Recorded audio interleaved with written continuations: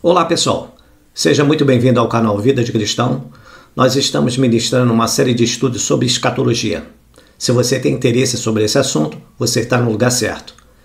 Desde já eu te peço que você curta esse vídeo, você compartilhe e você se inscreva no canal, para que quando novos vídeos forem postados, você será avisado. Ok? Então pegue sua Bíblia, aperte os cintos e vamos juntos nessa. Hoje nós vamos falar sobre o assunto o estado intermediário, uma análise do que ocorre após o advento da nossa morte. Primeiramente, queremos fazer uns questionamentos iniciais. A primeira pergunta que nós podemos nos fazer é: quando eu morrer, eu vou para onde? Tenho certeza que de repente em algum momento da sua vida você já se fez essa pergunta. Tem pessoas que afirmam que quando eu vou morrer vai para a glória. Outros, não, eu vou para o céu. Outros, não, eu vou para o paraíso. Outros falam, não, eu não vou para lugar nenhum, eu estarei num estado de sono, aguardando a volta de Jesus Cristo, ou da segunda ressurreição.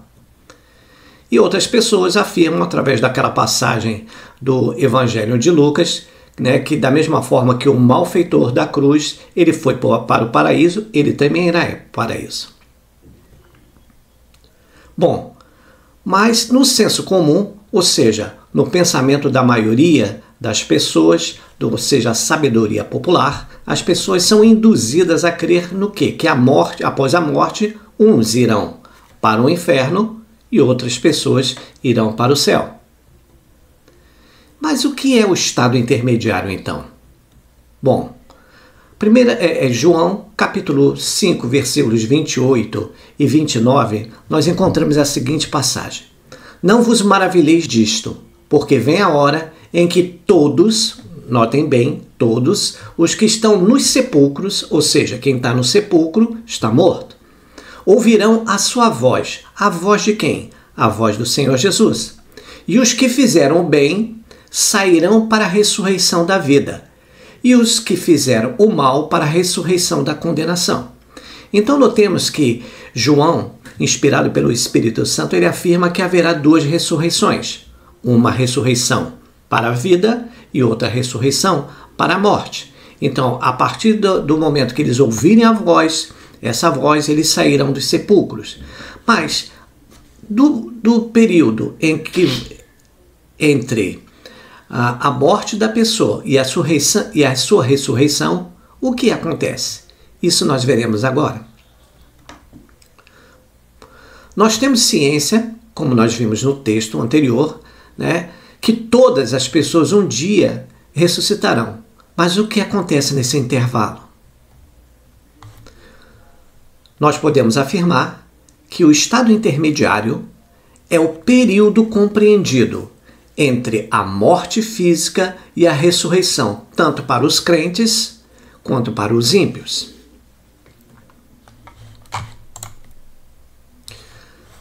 Então vamos entender o seguinte, olha só o que o apóstolo Paulo fala em 1 Coríntios capítulo 15, versículos 51 e 52.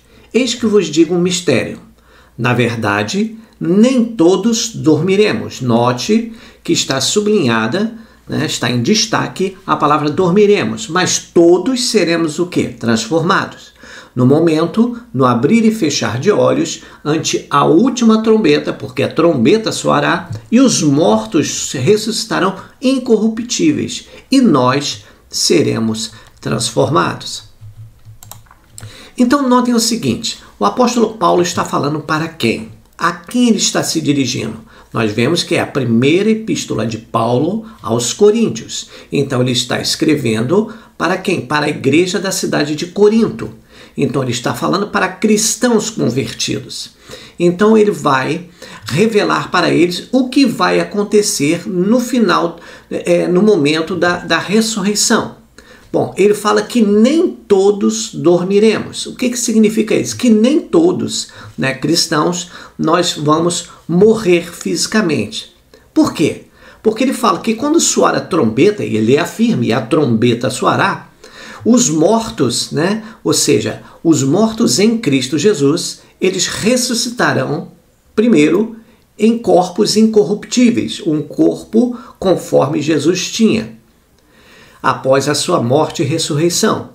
E fala que e nós seremos transformados. O que significa dizer isso? Significa dizer que o apóstolo Paulo está se referindo que aqueles que estiverem vivos na época da primeira ressurreição, eles não conhecerão a morte, o sepulcro, mas eles serão, naquele momento, transformados num corpo glorioso, para que a igreja se una, os cristãos já mortos, os justos, juntamente com aqueles que estiverem vivos à época. Vamos continuar.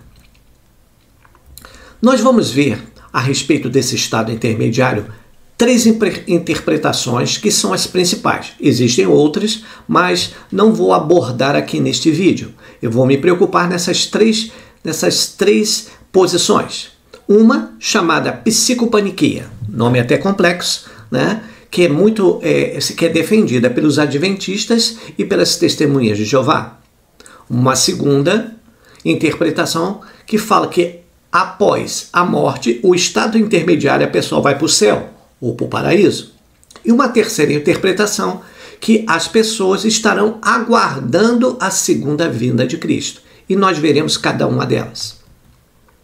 Primeiramente, vamos ver a psicopaniquia. Marcelo, o que é psicopaniquia? Não entendi nada. Que palavra confusa é essa? Bom, ela é também conhecida como a doutrina do sono da morte, defendida por alguns segmentos evangélicos, mas principalmente, como eu falei, os testemunhos de Jeová e os adventistas, baseado em algumas passagens bíblicas que nós vamos ver. Em João, capítulo 11, versículo 11, que diz: assim falou e depois disse-lhes: Lázaro, o nosso amigo, dorme, mas vou despertá-lo do sono. Então veja que eles se baseiam, né, nessa passagem a respeito da morte de Lázaro, que Lázaro estaria o quê? Num sono profundo, né? E fala que Jesus que está falando nesse texto, que ele vai o quê? Despertá-lo do sono. E uma outra passagem, que é Mateus capítulo 9, 24, que diz assim: disse-lhes, retirai-vos que a menina não está morta, mas dorme, e riam-se dele. Jesus vai fazer essa afirmação após a morte da menina, né, falando que ela estava dormindo, né, mas que ela não estava morta. Eclesiastes capítulo 9, versículo 5, para não ficarmos somente no Novo Testamento, fala assim: porque os vivos sabem que hão de morrer, mas os mortos não sabem coisa alguma, nem tampouco terão eles recompensa, mas a sua memória fica entregue ao esquecimento. Então, baseado nesse texto, eles afirmam que após a morte, o estado intermediário dessas pessoas é o quê? Um estado intermediário dessas pessoas é o quê? Um estado de sono profundo, sem nenhuma consciência, não tendo memória, porque, como fala Eclesiastes, que a memória fica entregue ao esquecimento. Bom, mas será que era isso mesmo que o texto estava falando quando Jesus afirma que a menina estava morta ou que Lázaro estava morto, que estava dormindo?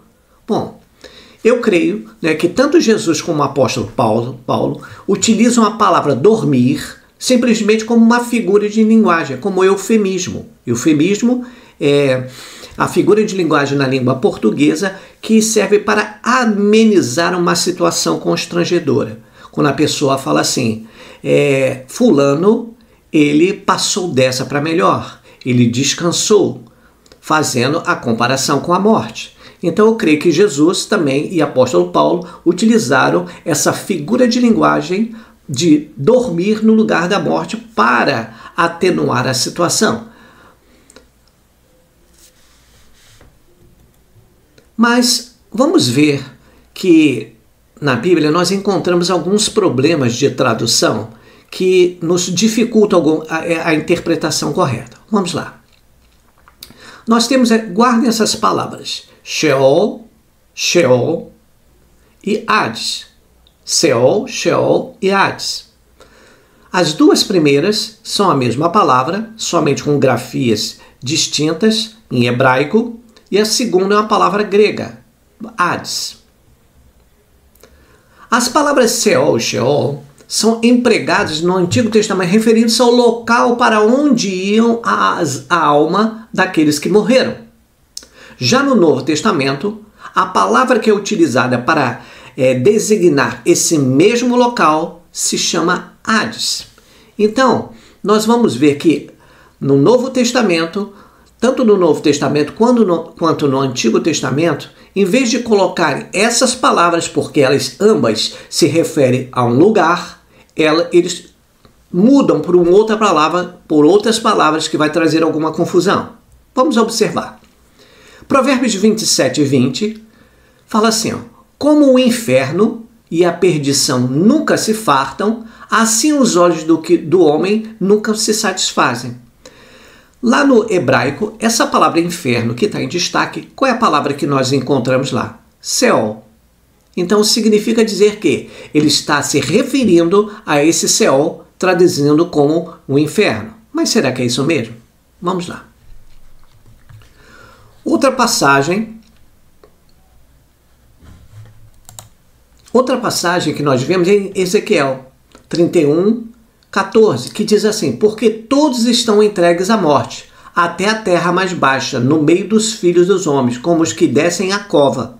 Mais uma vez, nós encontramos no original hebraico aqui, em vez da palavra cova, nós encontramos a expressão Seol. Então vejo que a mesma palavra ela foi traduzida de duas formas diferentes. Em Provérbios, como inferno, e no livro do profeta Ezequiel, como cova ou sepultura.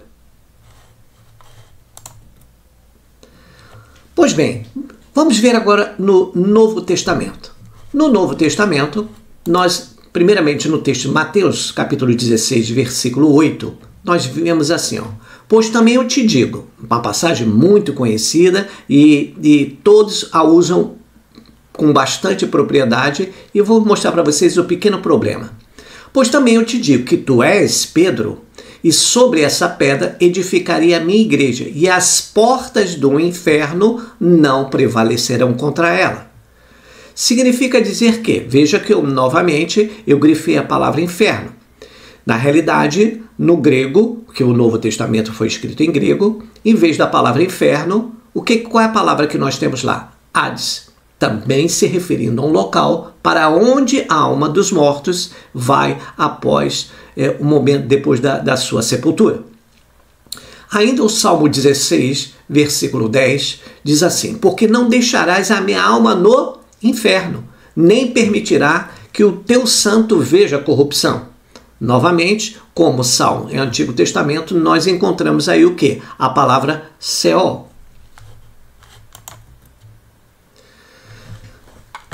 Vamos ver outra passagem. 1 Coríntios capítulo 15, versículo 55, o apóstolo Paulo fala assim, ó, onde está, ó morte, o teu aguilhão? Onde está, ó inferno, a tua vitória? Então nós temos mais uma palavra grega aqui que nós vamos acrescentar. Nós temos a palavra Thanatos, que é traduzida como morte, e a palavra inferno, a palavra Hades, que é traduzida como inferno. Bom, agora eu quero que você pegue sua Bíblia, abra no Evangelho de Lucas, capítulo 16, dos versículos 19 a 21, que nós vamos entender que lugar é esse chamado Seol e Hades. Mas pegou sua Bíblia? Ótimo. Qual é o título que antecede esse texto? Posso garantir que muitas traduções, muitas versões bíblicas consta aí com a parábola entre o rico e Lázaro. Outras apenas o rico e o Lázaro. Bom, aí cabe aqui a pergunta, isso é uma parábola ou não é parábola? Bom, vamos lá. Antes disso, eu quero dizer uma coisa para você. De acordo com a hermenêutica, que é a ciência de interpretação da Bíblia, nós vemos que uma parábola, para ser parábola, uma das regras que ela tem que atender é que nós não podemos nominar pessoas. O que é isso? Dar nome a pessoas. Vamos por um exemplo, a parábola das 10 virgens. Nós vemos o nome das 10 virgens em nenhum momento. A parábola do juiz iníquo. Nós temos o nome do juiz? Não temos. A parábola do filho pródigo. Nós temos um pai, nós temos o filho, nós temos o irmão e temos os servos do pai. Aparece algum nome deles? Não. Então, portanto, amados, a hermenêutica afirma que uma parábola, para ser parábola, ela não pode dar nomes a pessoas. Então, significa dizer que Jesus, quando está relatando esse texto, ele está relatando, na realidade, uma história verídica que realmente aconteceu. Por quê? Porque aqui ele está dando nome a pessoas, que nós vamos ver a partir de agora. Você aí com a sua Bíblia aberta, vamos ler o texto.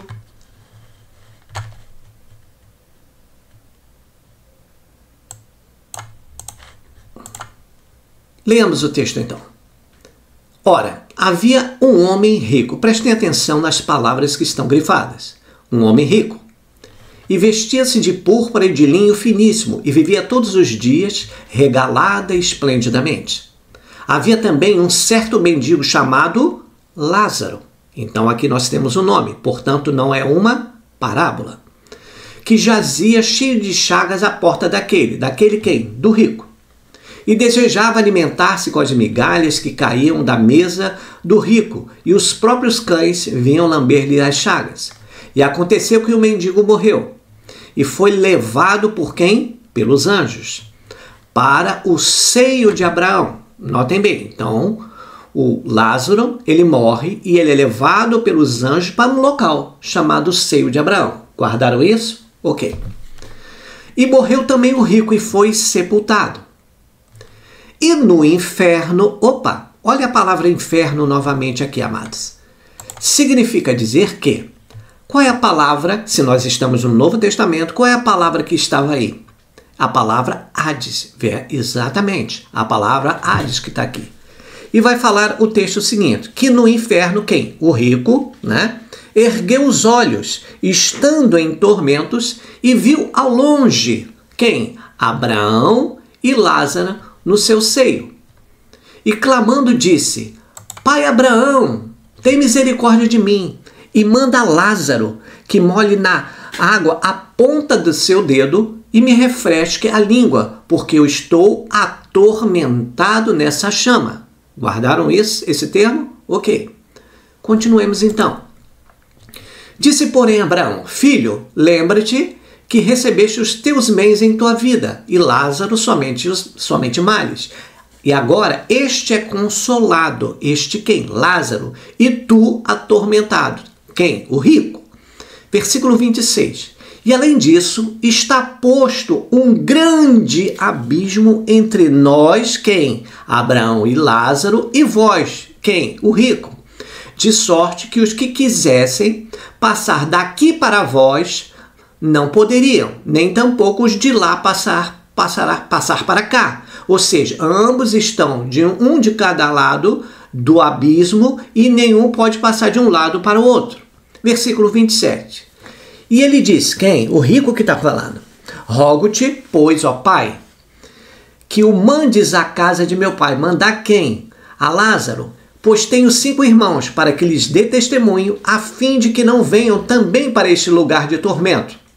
Disse-lhe Abraão, tem Moisés e os profetas, ouça-nos. E disse ele, não, pai Abraão, mas se algum dentre os mortos fosse ter com eles, arrepender-se-iam. Porém, Abraão lhe disse, se não ouvem a Moisés e aos profetas, tampouco acreditarão, ainda que algum dos mortos ressuscite. Preste atenção agora comigo. Então nós temos 3 personagens nessa passagem, narrada por Jesus. Nós temos o Lázaro, que quando morre, ele é conduzido pelos anjos para um local no Hades, né? Não no inferno, para um local chamado seio de Abraão. Por que não é inferno? Porque Abraão já estava lá, ok? Segundo o personagem, Abraão. E depois morre quem? O rico. E é levado também para o Hades, não o inferno, para um local de tormento. Por quê? Eu afirmo que é tormento. Porque a própria Bíblia fala isso, que ele estava em tormento e estava em chamas, tanto que ele levanta os olhos e olha ao longe, vê Abraão e Lázaro no seu seio, ou seja, no seio de Abraão, nesse local do Hades. E vai falar: Pai, mande Lázaro que molhe a ponta do dedo em água e venha até aqui para me refrescar, porque eu estou atormentado nessa chama. Então Abraão vai falar uma coisa importante, que ambos não poderiam passar de um lado para o outro, porque entre eles havia o quê? Um abismo intransponível, porque nenhum poderia passar de um lado para o outro, ok? Aí começa argumentando novamente o rico. Então, mande Lázaro, né, falar com os meus irmãos, porque eu tenho 5 irmãos, para que eles, falar para ele, para que eles se arrependam e não venham também para cá. E Abraão vai dar uma resposta muito interessante. Ele fala assim, ó, eles têm a lei e os profetas, Moisés e os profetas. O que significa? Eles tinham a palavra, porque ainda não tinha sido escrito o Novo Testamento. Eles tinham a revelação pela lei de Moisés e dos profetas. Então, se eles obedecessem aquilo que estava revelado para eles, eles não iriam para esse local de tormento, eles iriam para o seio de Abraão, ok? E ele vai falar o seguinte, Abraão ainda vai falar para ele o seguinte, ó, se eles não ouvem a Moisés e os profetas, tampouco acreditarão que, ainda que algum dos mortos ressuscite. Então, nos dá uma mensagem poderosa, porque se nós queremos, após a nossa morte, para um estado intermediário, o destino nós começamos a traçar agora. Se eu obedeço a palavra, eu vou receber as promessas do Senhor e irei para um local de descanso, junto com Abraão e junto com Lázaro.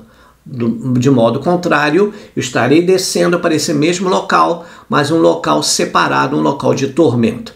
E um tormento consciente. Por quê?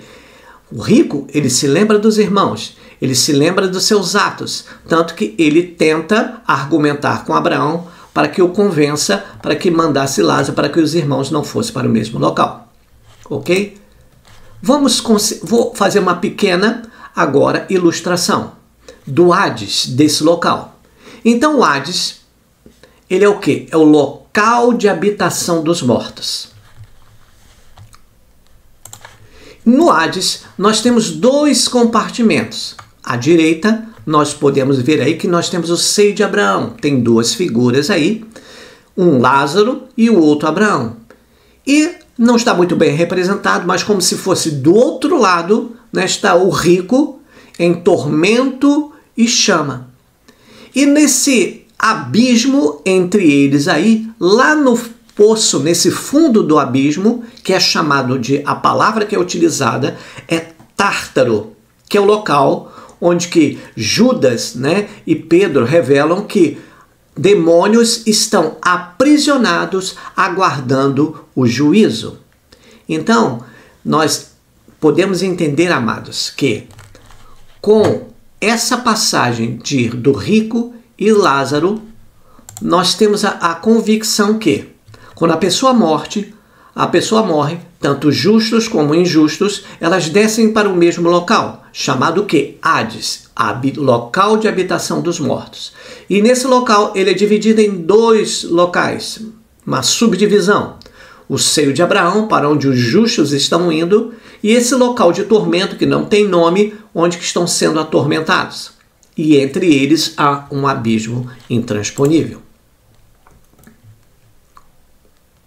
Então, é importante dizer que as pessoas que estão nesta condição após a morte, elas têm consciência. Então, isso, né, já ela vai de encontro à psicopaniquia, a outra interpretação do estado intermediário. Por quê? Porque as pessoas estão conscientes e essas palavras foram ditas pelo próprio Jesus. Então tem aqueles que defendem, né, que no estado intermediário as pessoas irão para o céu, ou seja, para o paraíso como sinônimo. Como assim? Vamos lá. Baseado nessas passagens, principalmente na passagem de Efésios capítulo 4, versículo 8, quando Paulo ele diz assim: por isso diz, subindo ao alto, levou o cativo ao cativeiro e deu dons aos homens. E outra palavra, 1 Pedro capítulo 3, versículo 18, porque também Cristo padeceu uma vez pelos pecados, o justo pelos injustos, para levar-nos a Deus, mortificando, na verdade, na carne, mas vivificado pelo Espírito, no qual também foi e pregou aos espíritos em prisão. Que prisão é essa? No Hades. Né? Por isso que as pessoas falam que Jesus desceu ao inferno e pregou. E lá pregou. Na realidade, ele desceu ao Hades. Ok? Então, baseado nessa passagem de Efésios, né, as pessoas interpretam o quê? Que quando Jesus morre, ele paga o preço na cruz do Calvário, ele desce no Hades e leva cativo o cativeiro, ou seja, pega todo mundo que estava no seio de Abraão e leva para o céu ou para o paraíso. E uma terceira passagem, que é a passagem de Lucas, a passagem de Lucas 23, 43, que diz assim: e disse-lhe Jesus, em verdade, verdade te digo, que hoje estarás comigo no paraíso. Que passagem é essa? É simples, é a passagem de quando Jesus estava na cruz falando com o malfeitor. E nós vamos ver mais à frente. Será que era hoje mesmo que ele estaria no paraíso junto com o malfeitor? Vamos ver. Vamos ver os argumentos aqui. Apocalipse capítulo 6, as pessoas que defendem, né, essa posição, utilizam muito essa passagem de Apocalipse capítulo 6, versículo de 9 e 10, que diz assim: quando ele abriu o quinto selo, ou seja, os juízos sendo derramados na terra, a abertura do selo, vi debaixo do altar as almas daqueles que tinham sido mortos por causa da palavra de Deus e por causa do testemunho que sustentavam. Clamaram em grande voz, dizendo: até quando, soberano Senhor, santo e verdadeiro, não julgas nem vinga o nosso sangue dos que habitam sobre a terra? Bom, então nós vemos aqui essa passagem que em Apocalipse, que as almas dos mártires estavam debaixo do altar de Deus, clamando por justiça. Mas será que é isso mesmo? Vamos analisar. Olha essa passagem de Filipenses 1, 21 e 23. Porquanto para mim, isso é Paulo afirmando, né, as pessoas utilizando esse outro argumento para que, quando as pessoas morrem, elas estão indo para o céu ou paraíso. Porquanto para mim, o viver é Cristo e o morrer é lucro. Entretanto, se o viver na carne traz fruto para o meu trabalho, já não sei o que hei de escolher. Ora, de um e outro lado estou constrangido, tendo o desejo de partir e estar com Cristo, o que é incomparavelmente melhor. Mas não necessariamente seria na mesma hora, concorda comigo? Continuemos. O outro argumento é 1 Tessalonicenses, outra carta de Paulo, capítulo 4, versículos 13 e 14. Não queremos, porém, irmãos, que sejais ignorantes com respeito aos que dormem. Dormem aqui, né, os que estão mortos, para não vos entristecerdes como os demais que não têm esperança. Pois se cremos que Jesus morreu e ressuscitou, assim também Deus, mediante Jesus, trará em sua companhia os que dormem, os que estão mortos. Bom, então até agora nós vimos duas posições. A psicopaniquia, que é aquela que é a doutrina do sono da morte, onde que as pessoas creem que após a morte as pessoas estão inconscientes, aguardando a ressurreição. E vimos essa segunda posição, né, que as pessoas que quando morrem, elas estão indo ao paraíso ou para o céu, Por quê? Porque Jesus, baseado na passagem de Efésios, como nós vimos, ele desceu ao Hades e levou cativo o cativeiro aqueles que estavam no seio de Abraão. Então agora vamos ver essa terceira posição, interpretação, permanência no Hades. Em relação à interpretação que Jesus desceu, então a gente vai o que fazer agora? O que faremos agora?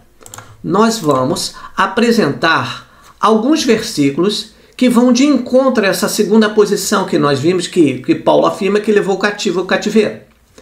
Em relação à interpretação que Jesus desceu ao Hades e levou os justos para o paraíso, há alguns fatores que dificultam essa visão, essa interpretação. Nas Escrituras, quando aparece a expressão, por isso diz, nós encontramos essa expressão lá em Efésios, por isso diz, significa dizer que alguém está fazendo essa afirmação. E quem é que fez essa afirmação? Então nós vamos ver, quem é que fez essa afirmação está lá no livro de Salmos. Salmo 68, versículo 18.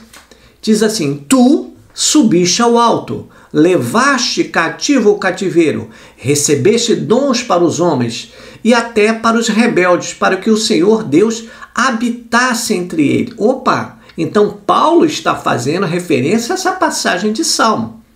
Mas e aí? Está meio obscuro. A resposta está no próximo versículo. Olha só, Salmo 68, agora versículos 19 e 20.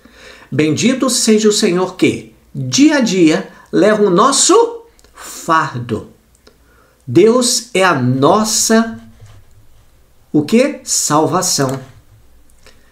O nosso Deus é o Deus libertador. Com Deus, o Senhor está o escaparmos da morte. Uau! Então isso traz toda a diferença. Paulo está se referindo ao salmista, dizendo que Jesus, na realidade, o que ele leva a cativeiro? Ele pagou o preço na cruz pelo meu e pelo seu pecado. Então ele leva o nosso fardo, os nossos pecados sobre ele. E nele, como a gente viu no versículo 19, que ele é o nosso libertador. Ele nos libertou da escravidão do pecado e do juízo vindouro. E nele está o quê? O escaparmos da morte. Por quê? Da segunda morte. Porque se todos nós ressuscitaremos, né, significa dizer que alguns eles terão uma segunda morte, aqueles que estão condenados. Então o que Paulo está afirmando em Efésios não é que Jesus desceu ao Hades e levou cativo, ou seja, preso com ele para o céu, aqueles que estavam lá. Na realidade, ele está fazendo referência ao salmista, dizendo que o Jesus pagou o preço por nós, levando o nosso fardo de pecados. E nos garante que nós faremos parte da primeira ressurreição. Ok? Vamos prosseguir. Concluímos então, amados, que o Senhor conquistou na cruz, o que ele conquistou? O ato de pagar o nosso preço, como eu falei, pelos nossos inúmeros pecados, que é o nosso fardo, o que por seu intermédio fomos libertos do poder da morte. Mas cabe aqui outra pergunta. Que morte é essa que estamos escapando por causa do sacrifício de Jesus? Está aí, ó, Romanos 8, de 1 a 3, Paulo vai falar. A resposta é clara. Onde naquele grande dia nossos pecados estarão cravados na cruz de Jesus, conforme está escrito em Romanos 8, de 1 a 3. Olha aí. Deixa eu tirar aqui só para ficar o slide. Vamos ler então. Agora, pois, já nenhuma condenação, ó, o fardo sendo tirado, amados, para os que estão em Cristo Jesus. Por isso que a importância de nós termos uma aliança com Cristo Jesus. Porque a lei do Espírito da vida em Cristo de Jesus te livrou e me livrou também, amados. Do quê? Da lei do pecado e da morte. Estávamos condenados à morte. Porquanto o que fora impossível à lei, no que estava enferma pela carne, isso fez Deus enviando seu próprio Filho, em semelhança de carne, pecaminosa e no tocante ao pecado, o com efeito condenou Deus na carne o pecado. Nós estamos livres dessa condenação através de Jesus Cristo. 1 Coríntios capítulo 15, versículos 20 e 21, nós vemos assim, ó. Jesus ao morrer, ele desceu o Hades, e por não ter pecado, o que ele conquistou? Porque a Bíblia fala que ele desceu lá. Mas o que ele conquistou? Vamos ver. Mas de fato, Cristo ressuscitou dentre os mortos, sendo ele a primícia dos que dormem. Visto que a morte veio por um homem, também por um homem veio a ressurreição dos mortos. Conquistou isso através de Cristo Jesus, porque ele não tinha pecado. Então, amados, nós vemos que Jesus é a primícia dos que dormem. Ou seja, ele foi o primeiro a ressuscitar e subir aos céus. Ele inaugurou o local para onde nós iremos. E um dia ele virá nos buscar. E nos deu direito também, na ressurreição, de estarmos na presença dele, para nunca mais nos separar. O perfeito casamento do noivo com a sua noiva na sua vinda. Então, as pessoas continuam descendo para o seio de Abraão e aguardando a volta gloriosa de Jesus na segunda vinda. Para aqueles que estiverem no seio de Abraão, serão ressuscitados. Aqueles que estiverem vivos na época, eles terão seus corpos transformados e juntos encontrarão com o noivo nos ares. A noiva ao encontro do noivo. Amém?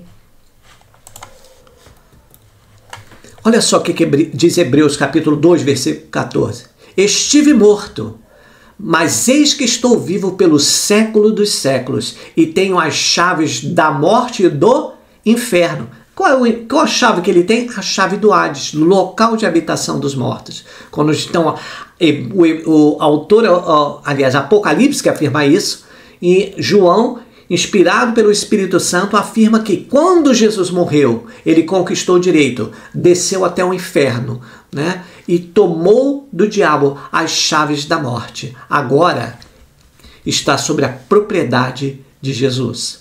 E Hebreus ainda fala o seguinte: igualmente participou para que por sua morte destruísse aquele que tem o poder da morte, a saber, o diabo. Então ele tinha domínio sobre o Hades. As pessoas estavam naquele local aprisionados. Mas quando Jesus morre, ele desce primeiro, antes de ressuscitar, ele desce ao Hades e fala para o diabo: ó, eu paguei o preço, pode me dando aqui a chave. Agora toda a minha autoridade foi me dada, tanto nos céus, como na terra, como debaixo da terra. Então, amados, esse texto expresso na carta de Hebreus revela que até a morte de Jesus, quem tinha o poder sobre o Hades era quem? O diabo, Satanás. E o ladrão da cruz? Porque, pelo que nós lemos lá atrás, fala que Jesus fala para ele que ainda hoje estaremos no paraíso, te verei no paraíso, né? Vamos ver. Bom, a passagem do Evangelho de Lucas, no momento da crucificação, houve um diálogo entre Jesus e um dos malfeitores, que reconhece naquele momento o senhorio de Jesus Cristo. É muito lindo isso, né? E clama por sua compaixão. O que isso me desperta, amado? Que nunca é tarde para você reconhecer a Jesus como o Senhor e Salvador da sua vida. Ainda que você esteja num leito de morte, se você clamar a Ele, Ele é fiel e justo para te perdoar os pecados e te purificar de toda injustiça, como está escrito lá em 1 João 1,9. Então, amado, não perca tempo, faça isso desde já. Mas se você deixar o tempo passar, Jesus é fiel e Ele pode te libertar dos pecados também naquele momento. Mas aqui se faz necessário, amados, apresentar as duas versões de tradução dessa passagem. Na versão revista e corrigida, vai dizer assim, ó. E disse Jesus, e diz a Jesus, é o malfeitor falando: Senhor, lembra-te de mim quando entrares no teu reino. Essa é a versão da tradução bíblica chamada revista e corrigida. Já na revista e atualizada, que eu uso, diz assim: e disse Jesus a Jesus, Senhor, lembra-te de mim quando vieres no teu reino, em teu reino. Então, é quando entrares ou vieres. Eu não vou entrar aqui no mérito da palavra grega, mas se você quiser consultar, você vai ver que a tradução correta do termo grego lá encontrado do verbo é vieres no teu reino, e não quando entrares. Então, significa dizer que o malfeitor, ele vai entrar no reino com Jesus quando? Quando Jesus vier na sua segunda vinda. Amém?